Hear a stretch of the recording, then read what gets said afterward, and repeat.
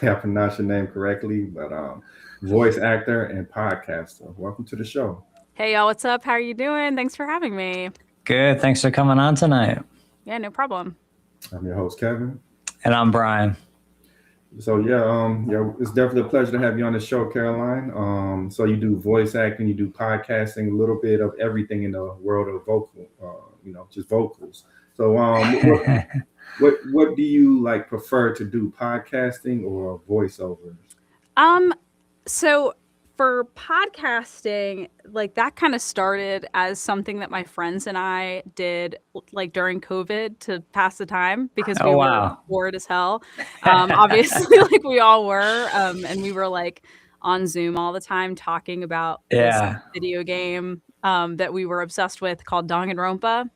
And so I at that time it was like a really fulfilling thing because it was a way to find connection, with everything going on. Yeah. And those two people that I host that show with are like childhood friends of mine. Like we've been friends since we were in like middle school, Wow, so that's um really rare to be so I friends with people know. that long. Yeah, wow, that's Um special. it is excellent. So that doing that feels like I'm hanging out with my friends. It doesn't feel like a job. But like voice acting, I would say is more my preferred art form. I love like getting to create a character. And I love getting to just like let kind of let my physical being go because it's not about me, it's about whatever character I'm serving. And so I love just getting to like play around and like embody characters that maybe I wouldn't be able to play on stage. And so that's kind of, I would say, like Right. voice acting I prefer as like a thing to do. I don't think I'd be a podcaster by like choice. Like it just Okay. kind of happened. But I love to do it. I don't want to sound like that. I love doing it, but it's because of the people I do it with, more than anything else. Yeah. Awesome. So was voice acting, was that something that you've always wanted to do, like since you were young, or is it something you kind of picked up as you got older? Yeah, it is something that I picked up when I got older. I always knew I wanted to be an actor, like since I was a child, and my parents Really? yes. I watched The Wizard of Oz when I was 4, and that Ah. was it. Like my parents like knew like at that point that there was like no other option for me. Really. And so I like grew up doing theater. I sang in choir. Like I was always like doing things to pursue that. But the thing that kind of got me in the direction of voiceover is I went to college for musical theater and Yeah, I saw that. yes, which I'm It's so awesome. grateful that I did that. Thank you. I'm so grateful I did that because I felt like I learned how to be a performer like I'd never really studied acting or anything like that, so it gave me that Sure. foundation. But when I was a kid, I really wasn't allowed to watch cartoons or play video games. And so when I became an adult and in college, I like got exposed to this world of like cartoons and animation that I like I'd seen like Disney movies, which I loved too, but like I hadn't been exposed to like the idea of like a like television show cartoon. And I would watch them and be like, oh my God, this shit rocks. Like this sucks that I couldn't have watched it. And I kind of fell in love with like the medium of animation and video games too. What do you Um, think about Dragon Ball Z? well, the funny thing about Dragon Ball is I did a fan dub for it back like really early, like in the pandemic. Like I had just started recording and I had only watched like one episode and I knew about like the guy who goes like next time on Dragon Ball Z, but I haven't Dragon Ball seen Z. it. I haven't really seen it. I've seen like maybe one episode just to Oh, like wow. get in the Okay. mood for it. But yeah, no, I haven't seen it. Admittedly, I have a lot of the older stuff to catch up on. Older, but you know what I mean, like Yeah. not quite as modern day as things are coming out. Because there's so much to catch up on. Like it's amazing. Like I was like I missed everything. But yeah. Yeah, right. Do you recommend Dragon Ball? Is that one that you love? I really like it. Yeah, I mean, Nice. I watched it as a kid. One of my friends, he collects like action figures and games. like stuck in the child, he's stuck in his childhood still. Awesome. But it's cool. He has all these, Dragon Ball Z movies, Dragon Ball GT. There's a million different things, but I really enjoyed that one growing up. That's awesome. Yeah, one of my my wife and I's like best friend is so into Dragon Ball Z. So it is kind of a miracle that I have never seen it. But yeah, that's awesome. And what do you like? What do you love about it, or what did you love about it? Like when you were watching it? Well, yeah, if I had to think back, I think I just like the characters. I like Goku, the guy with like the crazy hair and the orange like jumpsuit kind of thing on. I connected with him, and then I thought, the evil guys like Vegeta, he also had wild hair.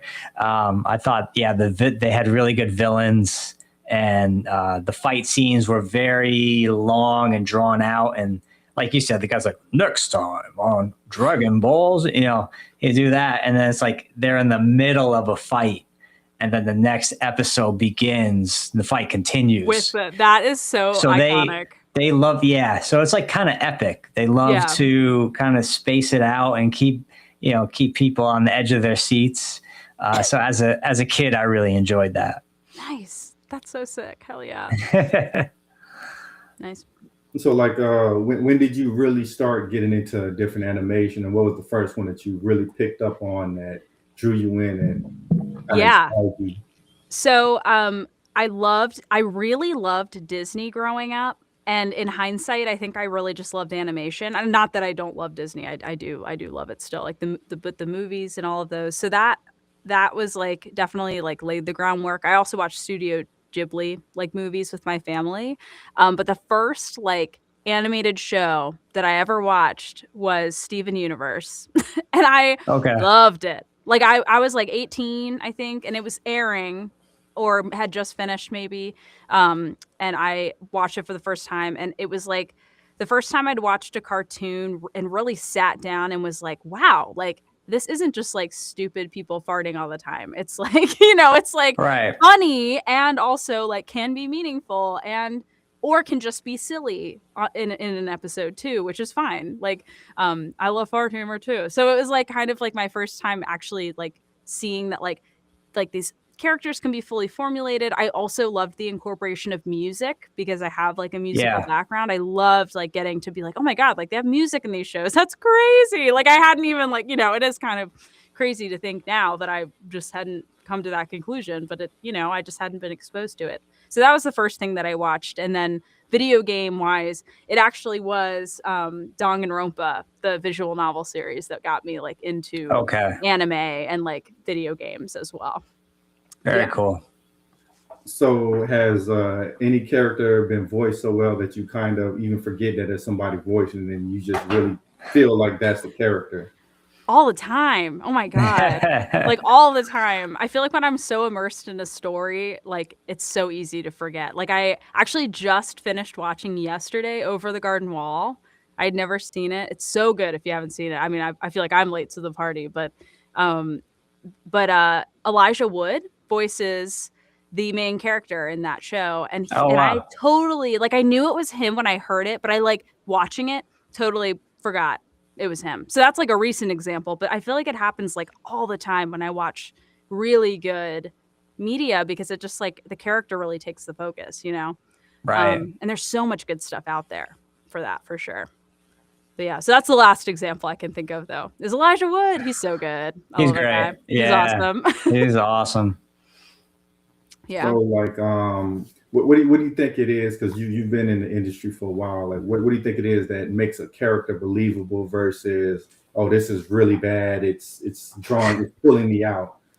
Yeah. I think it's just like, I think the answer is the same with like TV and film or even stage. Like I think just an actor being really present and grounded with the character's circumstances and who they're talking to. And I think with the voiceover, it can be particularly difficult because you often don't have like that scene partner there in the room with you to react off of. So you do have to kind of like make it up, I guess, like how they're reacting, how far away are they, what's happening on the screen, like you're imagining all of that. So yeah, so it's more imaginative. Right. So I Okay. think a good voice actor and this is like, every actor has their own process. So I don't know what anyone in particularly does, but I think for me, it's like I can like a good performance doesn't feel like it's recorded in a booth. It feels like it's as if they are literally immersed in the story, Right. doing everything that the character is doing and just really playing that honestly and being present in it. It sounds simple, but it can be so hard to do. But yeah. So that's, I would say.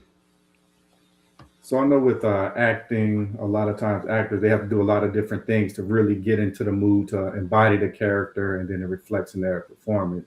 Doing vocal acting, I mean, you're not necessarily on the screen, but like, what do you have to do exactly to really get prepared to be able to embody that character? That's a great question. So I would say it depends on like the day. Most of my days I'm auditioning. So what that Really? means, Wow. yeah, oh yeah, oh my God. I'm sure this might come up, but I audition. I mean, today I did 10. What? You know what I mean? So yeah. So it's like you audition constantly, all the time. Wow. So I would say like for me, when I think about like getting ready, I'm more thinking about like getting ready to be auditioning. And with that, you kind of have to like be vocally.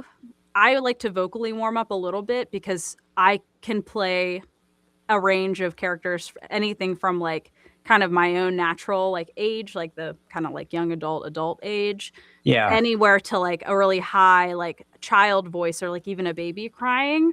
So if I like look at the stuff I have to do, um, and I have to go up high, I'll do a vocal warm up. And then the other thing that I do is actually it's not even to get into the headspace of like a character, but it's more just to get into like a creative flow because you kind of have to be in and out of a bunch of different circumstances. So I have this like, okay, so you know that thing that like music, like from a certain age range can get you back into like a creative space. Like I think the study is like 10 to 14 is like the range of music that you heard at that age. Like when you listen to it, it triggers something in your body that makes you feel relaxed, joyful, excited, and also just like creative. So you're talking about nostalgia, basically? Yeah, basically. And so I have Yeah. a playlist I shuffle, listen to like 3 or 4 songs and just jam. Get back in like I'm 10 again in the backyard playing pretend, and then I'm like, okay, like let's do it. Hit record. Yeah, let's Yeah. go. So yeah, and I'll usually like I don't just do animation voiceover. I also do like audiobooks and commercials. I'll usually start with those because those Awesome. require a more grounded performance. And then once I'm done with that, I'll move into the more like crazy So stuff. Yeah. what do you prefer? I mean, do you prefer the more corporate gigs, or you like the really wacky kind of Disney characters? I would say my favorite to do is animation. Yeah. Even above video games, animation is just like Okay. it's silly and funny, and a lot of it is so well written. I mean, video games too. Yeah. What do you think about, kind of the classic movies, Beauty and the Beast, The Lion King, some of these classic, hand-drawn movies, they don't really do much of that anymore, which I miss. I miss the hand-drawn stuff because it's, I don't know how to put it in the words, but I think you get what I'm saying. Like Totally. There's a certain quality that it brings out of you when you watch it. And kind of like you're saying, getting back into that like 10-year-old, 11-year-old mindset to try to then jump in and do voices. I think that's really cool. Yeah. And I grew up with those movies. I love them so much. Yeah. And I used to do Disney princess parties when I was in high school. So I always had a soft spot for the Disney princesses, and I love hand-drawn animation too. I want it to make a comeback. Yeah. Totally so good. Maybe it will. I mean, vinyl has made a comeback, so for sure. Yeah. You kind of never know. Yeah. Yeah, definitely. So I know to get good at anything, you have to do a lot of practicing. Do you ever just like ride around and practice your voices, or just do it in the house, and do you worry about looking crazy? I don't worry about looking crazy anymore. I really don't. I actually, honestly, what'll happen sometimes is and this is where I have to like kind of be careful, but I'll be out in public and I'll hear somebody say something in a particular way that makes me be like, ooh, that's good. Like That's just like the good. way they said it. And so then like if it's like on the TV, I'll repeat it right there. Like, I'll just like parrot it back and then just kind of be like, okay, that's where that sits. Interesting, and whatever. But I mean, yeah, I don't know. I like to experiment just to like find different vocal placements and expand like what my voice can do. Yeah, for sure. But it's often like not linear. It's like in the car, like you said, or just like Yeah. walking around. In the Okay, wait, shower or whatever. Yeah. yeah, just like yeah, exactly in the shower. Oh my gosh. Or like listening to music and impersonating the singer and then being like, okay, but how would they speak if like this, or for a musical, for example. Yeah, Whatever, right. But yeah. Can you tell us a little bit about your education? Yeah, like my like college. Yeah. Yeah, I can. Okay, so I went You to said school. musical theater, right? Yes, I went to school Nice. for musical theater. I auditioned for 12 schools. I got into 3, which is normal for that track. At least Okay. back when I was in it. I don't know what it's like now. I'm sure it's like insane. But yeah, I went to a school that unfortunately does not exist anymore called the University of the Arts in Philadelphia.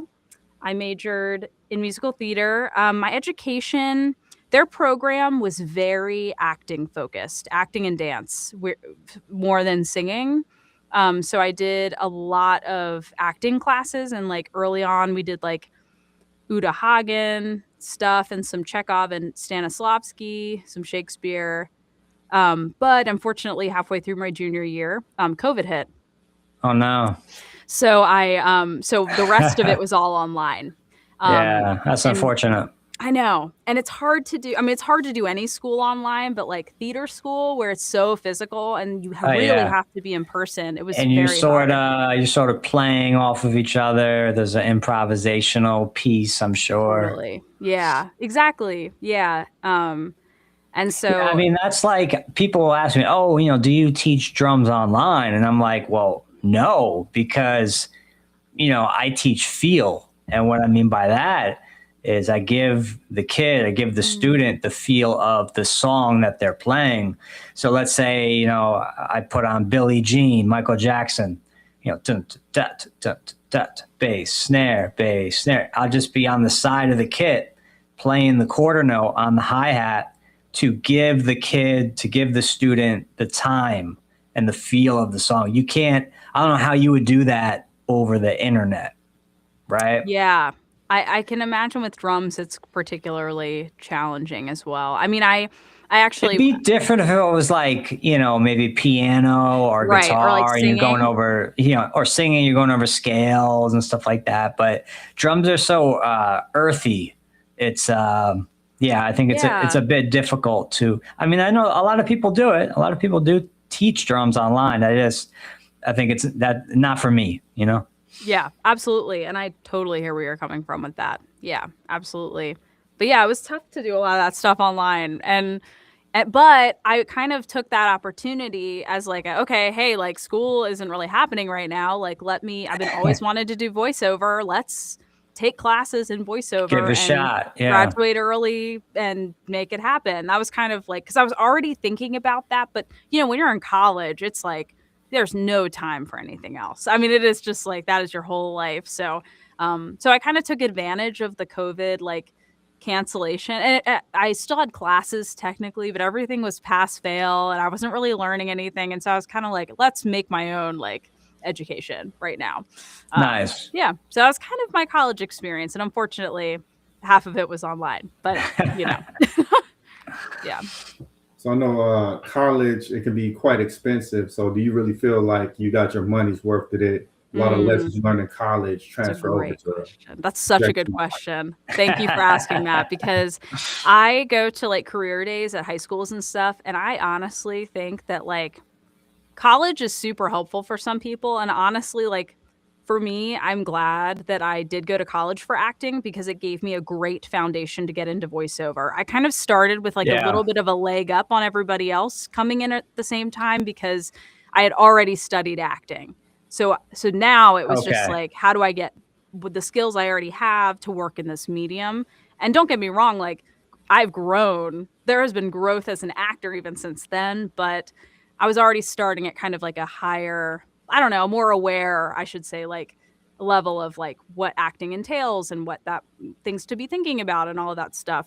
And also a little bit more knowledge about the industry as well, because I had kind of already known what like agents and managers do and like, how to email a casting director and like all of the stuff that they kind of don't always like, you kind of have to, or you're expected to intuitively learn, but no one actually knows how to do, which is ridiculous. Interesting. But anyway, so for me, it was worth it. I also got a lot of scholarship money. So I like, fortunately, like I don't have like as many student loans as like I probably could have. As you would have. Exactly. Yeah. So that I'm really grateful for. But that's key. I think honestly, if you want to do something very specific and you've really got the stuff, I don't know, parents don't get mad at me, but I think that like for artistic careers, you don't need to go to college. I think it's more important, like maybe go to like a community college part-time to get an associate's degree or even a bachelor's degree. Get the real world, right? Exactly. Get that real world experience. Like for me, I wanted to go to school for jazz theory, percussion, and I didn't get in. It was kind of this like real elite type of school, and the people that were judging you were like really fierce and very intimidating. I mean, not quite like that movie Whiplash. I don't know if you've seen that, but it was intense. It was intense, and I ended up. So I just took general courses for 2 years. Realized college is not for me. Totally not for me. So I moved. I had an indie rock band at the time. We moved to LA. And I stayed out there for, better part of 10 years. Nice. What was your experience like out there? Very mixed. Very mixed. I'll say that. I mean, I met some really cool people. I met some really bad people, really dark people. It's like, they say there's that dark side to Hollywood. And I did come across some of that and luckily, got away from it. But, no, it was a very mixed experience. I went with a band. The band broke up after maybe 10 months. So then I became a session musician, a session drummer. I was playing with different bands, doing studio gigs. And then I turned 30 and then I kind of aged out of the business because a lot of the auditions, they're going to tell you, oh, you need to be 25 or younger. You need to be 23. Like they look for the young bucks. And so I kind of aged out and my family's in New York. So I said, I'm going to move back to be around family because you don't know how much longer your parents are going to be around. Like, absolutely. You want to, at least for me, I wanted to spend some more quality time with my parents, before they're gone. So, yeah, no, I totally understand that. Yeah, I was just curious because I know, a lot of people are out there for a while and it's great for a while and then they leave and that's okay too. Just curious about that. It's very typical for people to go there for say 5-10 years and then leave. Yeah. Because like I knew a screenwriter who he had sold maybe 1 or 2 scripts, but it never actually got made into a movie. So he never really, got, how would you say he never really got his opportunity. So he was in LA for 20 years doing screenwriting and then he left and moved back to New York. Yeah. Yeah. Nice. So just from your experience, is there such a thing as ageism in, vocal acting? Like, okay, you're getting up there, so you're not getting as many of this kind of role or just due to your ability, you can do anything. So I don't know how much I can speak to this because I am in my mid-20s. But a lot of the voice actors that I know who have become very successful, that has happened in their mid to late 30s, early 40s. and a lot of those people still play children. So I would say Oh, wow. no, with the asterisks of don't know yet. Like I don't have that lived experience. And I know some folks just are lucky to be born with a more youthful sounding voice, and that is just going to mean that you work more often because and work longer. But yeah, so no, but also I've heard stories of like one of my favorite voice actresses, Lonnie Manella, Lonnie Manella, voiced Nancy Drew in the Nancy Drew video game series for like Oh, wow. 32 games, and then they fired her because she sounded too old, and she is in her 70s now, but I thought it was fine, and That's messed I'm up. mad about it.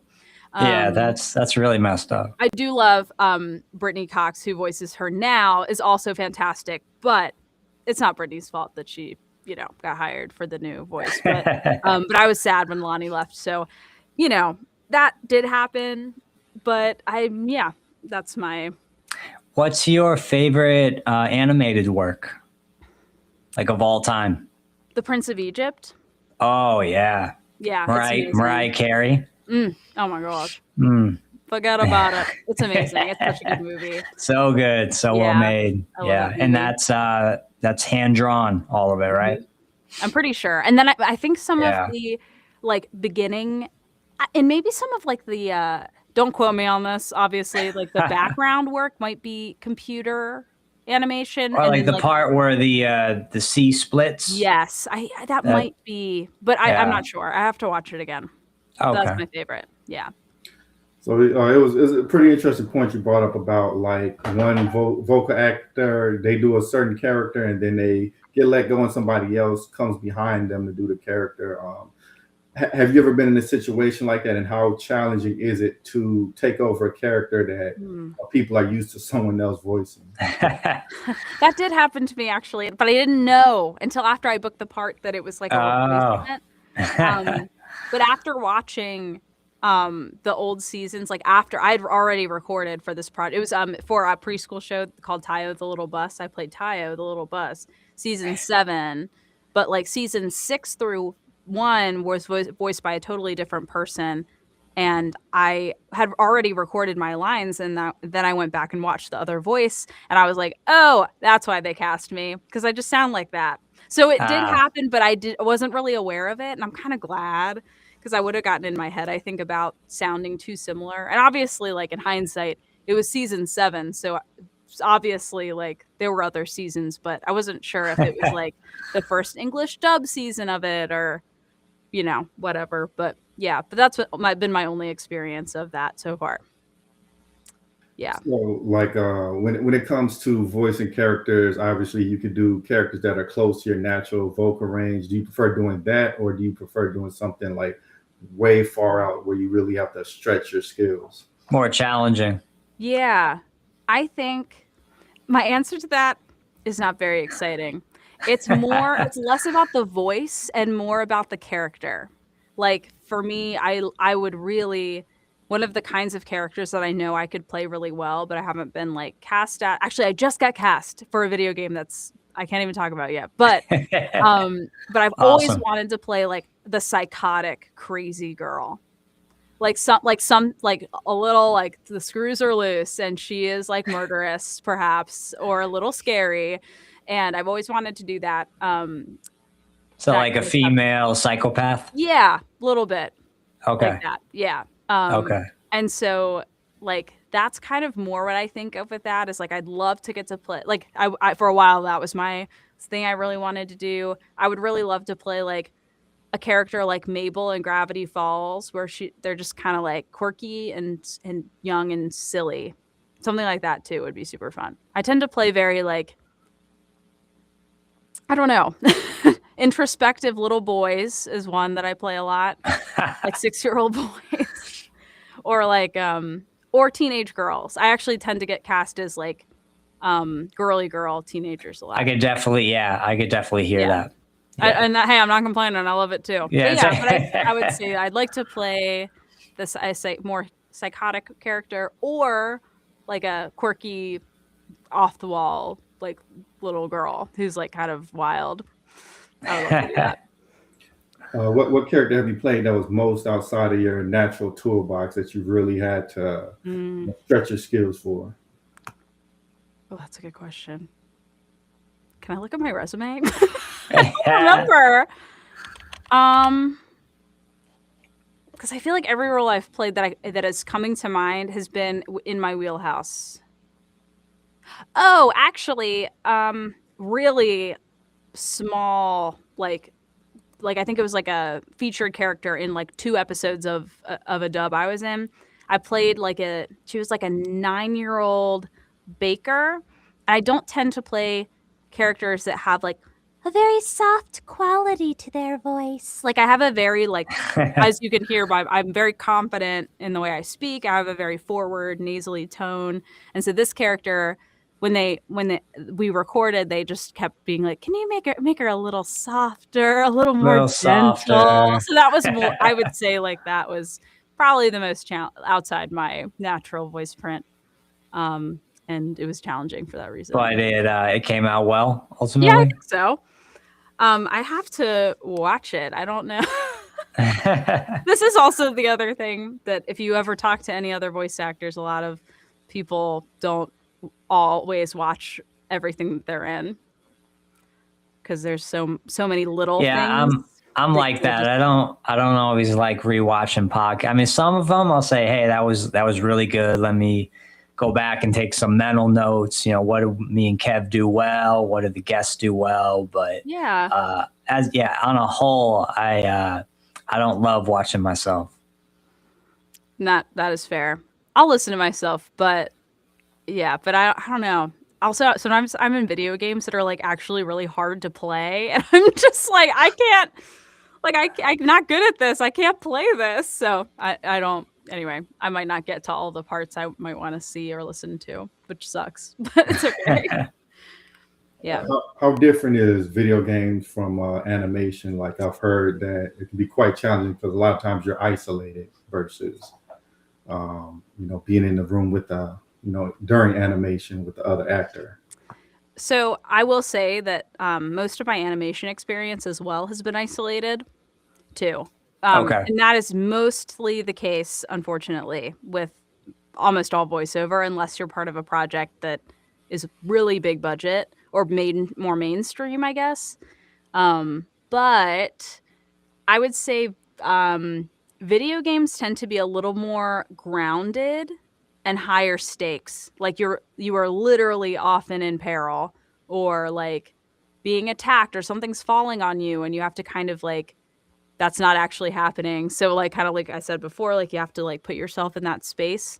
So I would say that is the biggest difference for me. Like animation is a little more like focused on comedy beats and like obviously, yes, you want honesty and truth to character throughout all of this always, but animation tends to be a little more silly and video games are a little more like I would stray from my natural voice less in video games. Okay. So which would be more improvisational? Would you say video games or something else? Depends on the game, but I think probably animation. Okay. Yeah. Yeah. But usually the writers are great. So the writers want, I mean, I don't want to change the lines because unless they want improv for a certain moment because the lines are written and they're excellent. Right. And I'm not I'm not a writer, so I'm not I'm not going to write the lines for them, But yeah, but sometimes they ask for that and I'm happy to do that. Or like in anime or ADR, like a line won't quite fit in the mouth flaps, so you have to kind of like come up with something different on the fly. That's improv. Yeah. That's like that's cool. Yeah. Nice. So I know like with let's say Japanese animation, the mouths are animated to fit the Japanese speaker. So how difficult is it to do foreign animation where you have to now cater it towards English speaking? So thankfully there's like a little bit of like, now that this is something that happens often even with live action stuff too, where things will get dubbed over, there's like a process for it. So there's a translator will translate it. And then oftentimes there's a middle step, which is an adapter, which I've done a little bit of, which is a person who takes the translation and then matches it to the characterization of the characters, the mouth movements, so the words actually fit in the mouth shapes that are happening on the line in English. And then that script is looked over, and then that's what's given to the voice actors. And sometimes, most of the time the lines fit fine and it syncs up. But there are a couple of times that, it just doesn't quite fit. It's not quite the right vibe. And so on the fly, either the voice actor or the director will be like, let's think of another option for that, or let's just do try something this. else. Yeah. Right. So that's kind of how that works. And thankfully there's a really great process for that to make it go pretty easily. And the engineer will just like line up your next line, and then you'll hear 3 beeps, and then you just say your line. Okay. So it's like there's a lot of thought behind it. Yes. It's so much thought, but now like these companies have gotten it down to such a smooth process that it's like it's a well-oiled machine, which is great. Yeah. It's very easy to do. So like actually working with these bigger companies, what does it look like to be prepared as a vocal artist versus someone who just comes in and they make a bad impression? Like if you want to make a good impression, how should you show up? Yeah, well, be very nice, because no one likes to work with a jerk. I think that's like, just be a nice person.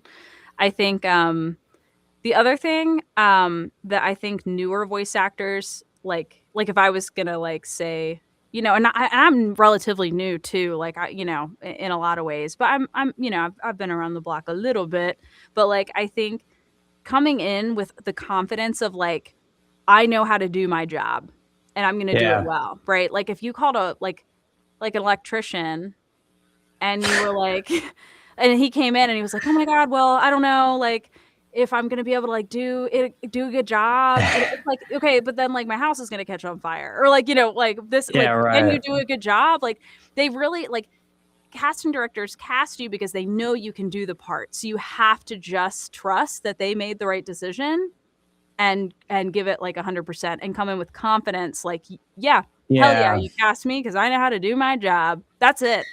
And that's to me, it's also like that in music. If you're auditioning, you're not going to be learning the part on the job. They're going to expect, hey, we told you what the style was, what the genre was, what the tempo, and what are you doing? You don't you don't know it, so we're gonna go with someone else. Is it a bit like that? Yeah, I would say so. And just like I'm trying to think of like how to say this. You've already auditioned for the part, and oftentimes you've studied in whatever medium you're recording in before even getting into the room. So right. Yeah, you just kind of have to like trust that it's Hold on one second. You just got really quiet for me and I'm going to check if it's me. Anyway, but yeah, so that's I think like that. Right. You've done your homework, you know what's up. You know the style, you know what you're doing. Yeah, I think it's very similar. Because it's like, like you're saying, if an electrician shows up at your house, they're like, well, I took a couple courses, but I don't have my license. You're going to be like, what, man? Like, get the hell out of here. You're going to blow my house up. For sure. Also, I mean, on that line, I think like at the end of the day, we're just making art to like, nothing we're doing is like, lives are not dependent on this recording session. You know what I mean? And like a lot of people might like act like that, but really, I mean, like we're here to like create something together, entertain, like that's it. That's what we're doing. And that is in itself life-giving and life-saving, but it's not life or death in the, it's not like in a hospital or the actual structure or foundation of your home or, all of that stuff. So yeah, but it can be hard because then your brain's like, but what if this is a fake out and they're going to fire me? That's a joke. But now, have you ever been a singer in a band or, rock bands, jazz? No, I fear Okay. I fear my voice is too Carol Burnett for that style. I'm very musical theater sound. Okay. I have no like I'm trying to do a little bit of the, of the indie thing, I guess, but no, I'm not. Sorry. I'm not gonna lie to you. Oh, all good. So I know you probably do quite a bit of work remotely, and I can kind of see you got the, what is that, a Neumann mic there? Yeah, yeah. Okay. Yeah. How important would you say is getting like a high-end mic and high-end audio interface and actually like soundproofing your room when doing this work? Yeah, I think it depends on what level. I don't know. Actually, let me think about this for a second. You can do a lot of like big work for big companies on a mic less expensive than this. So I think what matters more than the equipment often is the treatment of your space. And I'm sure, Brian, you can speak to this too as a musician. Like, the treatment is really what makes you sound your best. Oh Because yeah.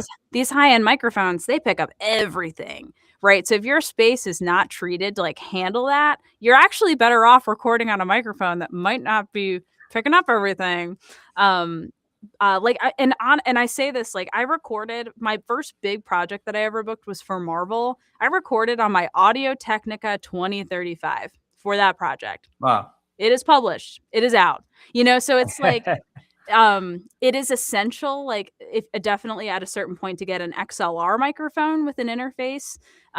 But your space matters way more. So if you're looking at where to like put your money and you want to like really take this very seriously, I think space and space treatment is gonna be the way to go. Okay. Yeah, absolutely. Yeah, that makes a lot of sense. Yeah. So like to stay relevant in the industry, you always have to develop your skills. So how important is it in your industry to continue to take classes, do improv, so on and so forth? Yeah, I think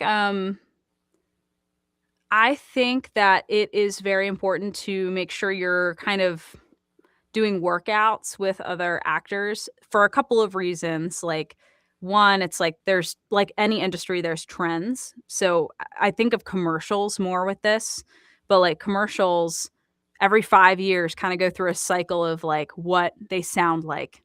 Nowadays, you're not hearing the like only $5.99. Like you don't hear that anymore. It I doesn't like sound those. commercially now. Now the trend is sound like you're just talking to your friend. Like very chill, very like I natural. like the remember the Sham Wow I guy? know. I listen, call I me love that crazy, stuff. bring them back. Yeah. I love like a classic commercial. But it's I think like the where classes can be important is if it's a new area of voiceover you've never done before. So like if I were to get into like medical narration, for example, I've never done that. Okay. That might be something that I would take a class in to be like, okay, how similar is this to other things? Um and then also to kind of like if I've been out of work for a while, like I haven't worked in the studio in a while, or I'm, not getting direct feedback, I might like, there's a couple people I know who do like professional workout groups. So it's like for working professionals to kind of just like brush off the dust, Yeah. make sure that everything's kind of operating as it usually does. Um, yeah, but I think it's really important to take classes, especially like I feel like there's like a natural progression that I've seen within my own career of like there was a time when I was taking a lot of classes and then like a little bit I was working more, so I was taking less. And it's kind of moved now into this direction where I'm like, if there's a casting director I want to work with that's doing a workshop, I might do that, but I'm not like gonna do, or I might meet with my animation coach once every 2 months or so for a big audition I Yeah. really want to nail, but like not I would say I'm out of the phase at this moment of like taking regular classes. So let me ask you this though, for our listeners who might want to, do what you're doing professionally. What's that one tip? What's that, first step that someone kind of needs to take to break into this industry? Because I know with music, it's also very difficult to break into like the mainstream, let's say. Okay, hold on. Okay, there is a website. This is literally what every person like when I used to look into like what I want for voice acting, and I'm laughing now because I'm about to say it. Um, if you would like to start doing voiceover, you need to go to iwanttobeavoiceactor.com. It is by D. Bradley Baker, and it is everything you need to know. It's literally everything. I think he's got like, and it depending on where you're starting, like where, like I think where you can learn, like different voice acting workshops, like what, like different skills you can hone. I'm like looking right now, but like this, it's amazing. It's all here. So that's honestly where I would start, because he's got it laid out in a way that it's like, oh, if you've done steps 1 and 2, or you've got more acting experience, you might be able to try this, or like go more in this direction. Okay. That's the biggest thing. I think, like, if Caroline was to say, like, the first step, if you're going from absolutely nothing, like you work in IT and you're like 30 and you've never acted a day in your life, I would say take acting classes and take them in person.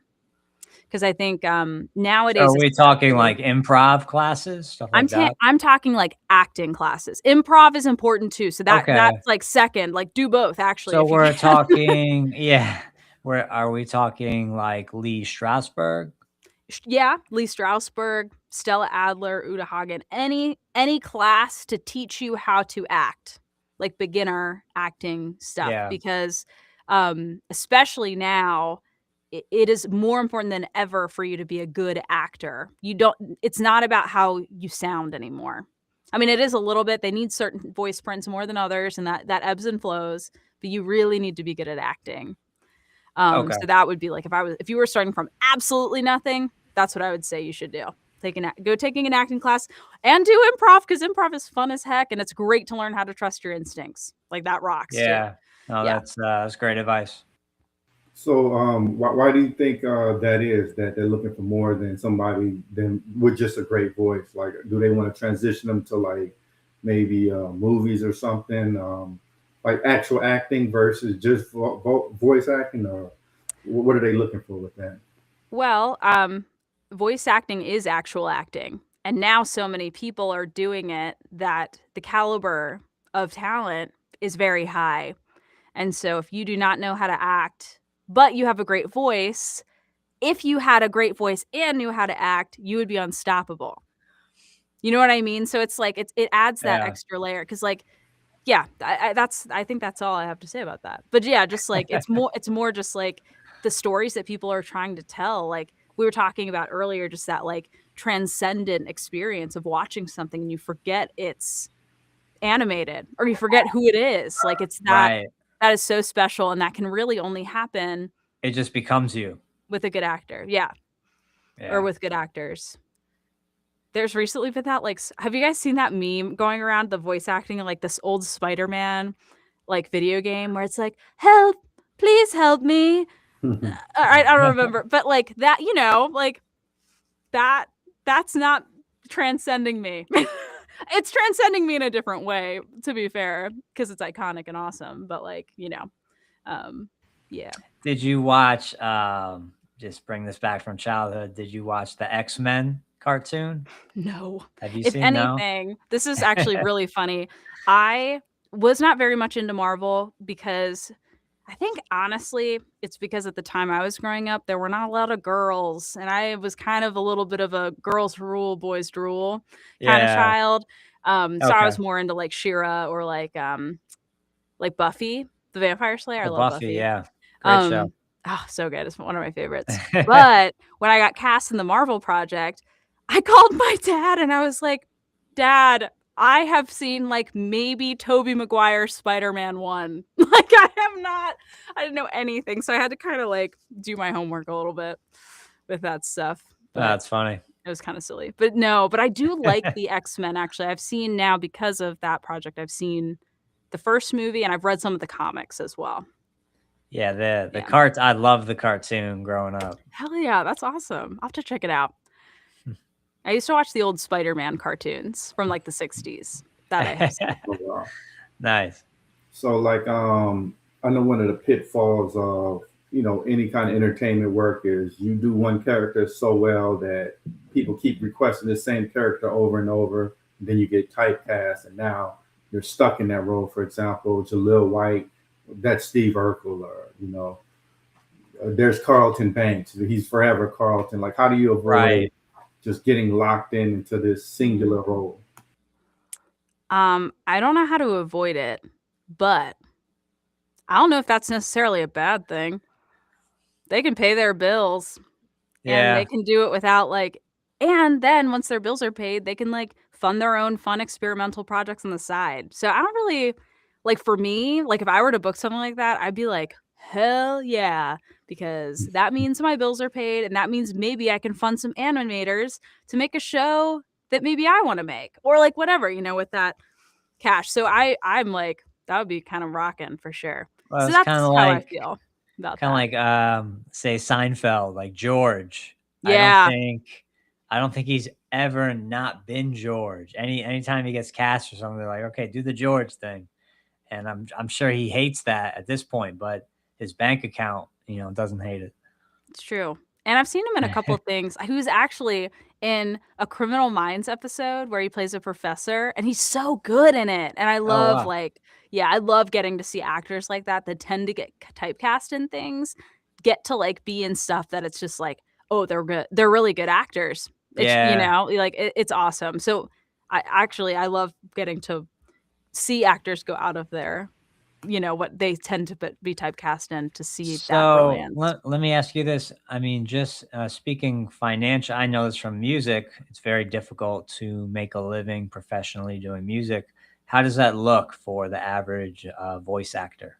Yeah, well, I mean, I don't know what the average is. I would say, so for me, I always want to approach my art from a place of fulfillment and joy, and I want to be a little more, and I am a little more picky about the projects that I take on. So because of Okay. that, I choose to teach on the side to supplement my income so that I can be a little more picky and choosy.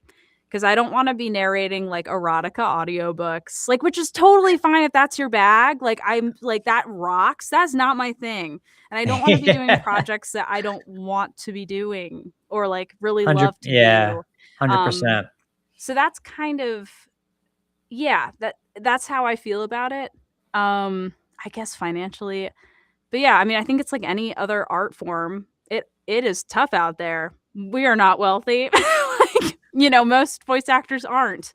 Um, and I should say I like some of the like side projects I do like to do. Like I love a little e-learning. Like it doesn't need to be something that I'm like my heart and soul is in this thing or whatever, Right. but it's like I guess more what I mean is like sometimes like we talked about right before this call, like I love to teach.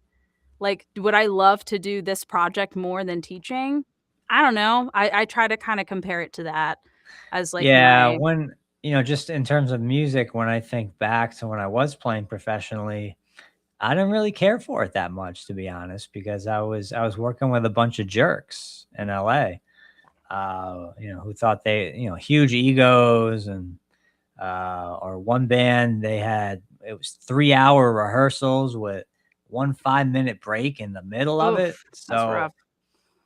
just like, I mean, to me, that's not really respecting someone. Like you're treating them like a slave. It's like, okay, let's get back to it. Um, I don't know where I was going with that. No, but yeah, I get what you mean. It's like you don't want to be working on stuff like that. You want to be working with people that are respectful and want to collaborate and make it a creative experience. And that's kind of what I prioritize because Yeah. also here's the other thing. When you're auditioning for stuff, I feel like I feel like casting directors can hear the desperation. If you're like, I need this paycheck. It is a little bit like you can feel it in the audition. Right. And maybe not, maybe that's also like I'm speaking for myself. Like maybe that's super helpful for some people. And that's also rocks. And I am not the expert. Like I'm not trying to rain on anyone's parade at all. But yeah, but I think for me, I don't I like to I'm okay with having a part-time job. To You seem yeah. to have a lot of experience, though, just from what Yes, we're I talking think about. so. Yeah. That's awesome. I think that's the beautiful thing about like kind of being financially independent to an extent, that is that you don't have to go into these quote unquote corporate slaughterhouses that you absolutely hate your boss, you hate your coworkers, but you have to do it to get paid. I Right. think like structuring your life to where you can pick or choose projects that you're passionate about. That's Yeah. amazing. But for my final question, what is one project that you worked on that you really felt like you put your all into and it's made an impact on, the listeners? That's a good question. My cat also is screaming, so she's Oh, I here thought I heard for that. that. For this final question. There she is. Uh, Yeah, she is. I would say I the one I am really proud of um that I got to be part of it's this independent video game called Trinity Fusion. It's a roguelite, I think. Is that kind of game?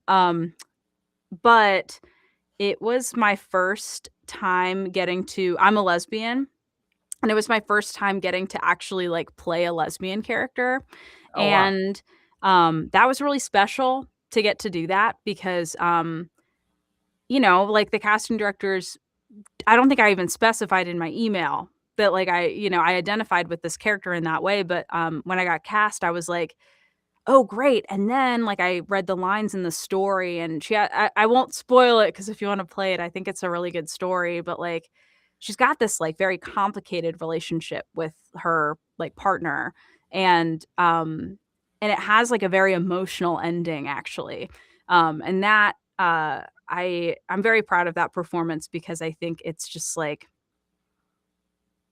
yeah, just like I was so grateful to be part of that story, and I've seen, the people again, it's not a huge mass scale game, but the people who've really Yeah. just resonated with the story and enjoyed the characters. Yeah, so that And was just a what, special one. for our listeners, what system did that come out on? Steam. I think it's on Steam. Switch as well. Hold on.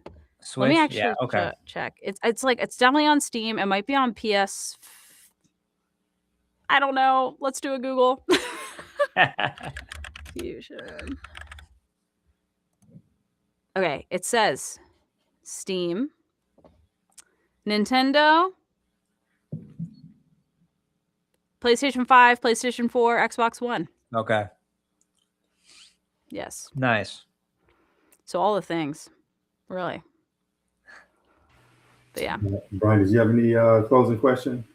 I guess I like to ask people this every now and then, especially, more artists. If you were to step into a time machine, go back, go back to say when you're, 13, 14 years old, and you could tell your then 13-year-old self, one main thing to watch out for, one main pitfall, what would that thing be? What would you kind of tell yourself, hey, when you meet this person, run the other way? Um. Ugh. Okay. But my honest answer is I wouldn't say anything. I'd probably just say, "Hey, girl, like, don't worry about your braces, and you can actually sing. Don't listen to the people who are telling you that you can't."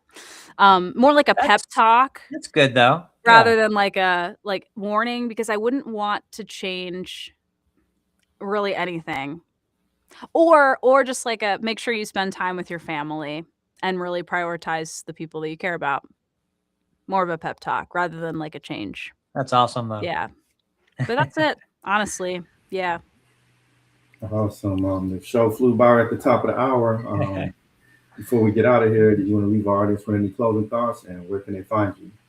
Oh, well, thanks for listening. And I emphasize again, I am one person and this community is huge. And so make sure you just like check out other people's thoughts and opinions about this topic because I think it's so important to just be like listening to people's experiences and having conversations. Yeah. If you care to know what I'm up to, hashtag no pressure, but I'm on Instagram at Caroline Orejells. And if I sometimes post pictures of my cats on there. I'm also getting into sourdough, so there's that and some voiceover stuff. So you can find that So there if a you bit of want. a mixed bag there for us. I try to keep it like I tell people what I'm up to professionally, but I also like to be like, if you're following my account, you're gonna get other stuff too. You're gonna need some cats here too. I'm so much more than an artist. I'm a person, you know. That's yeah. Well, and you also, you got to build your brand. Like, me and Kevin are big on, how do people look at the podcast? Is it, an enjoyable space for people to just kind of come on, kick back? Because we look at it like, okay, we're in the living room, couple of friends, maybe a game's on, you got a Sprite, you're in, a lazy boy, and you're just hanging out talking. That's kind of more or less that's the way me and Kev approach our podcast. Yeah, I love that. That's awesome. Because then it's not like 21 questions like, where did you go to school? What was your first job after school? What was your first manager like? Like all these typical man. questions. We try to stay away from that and more so go into, well, what are you all about? What makes you you? And why do you do what you do? Like for me, I love teaching drums. There's a passion there. Yes, I like playing professionally, but I far more would prefer to teach. Yeah, absolutely. Yeah. Awesome. But yeah, we appreciate everybody for tuning in. We'll catch y'all next time. All right, guys.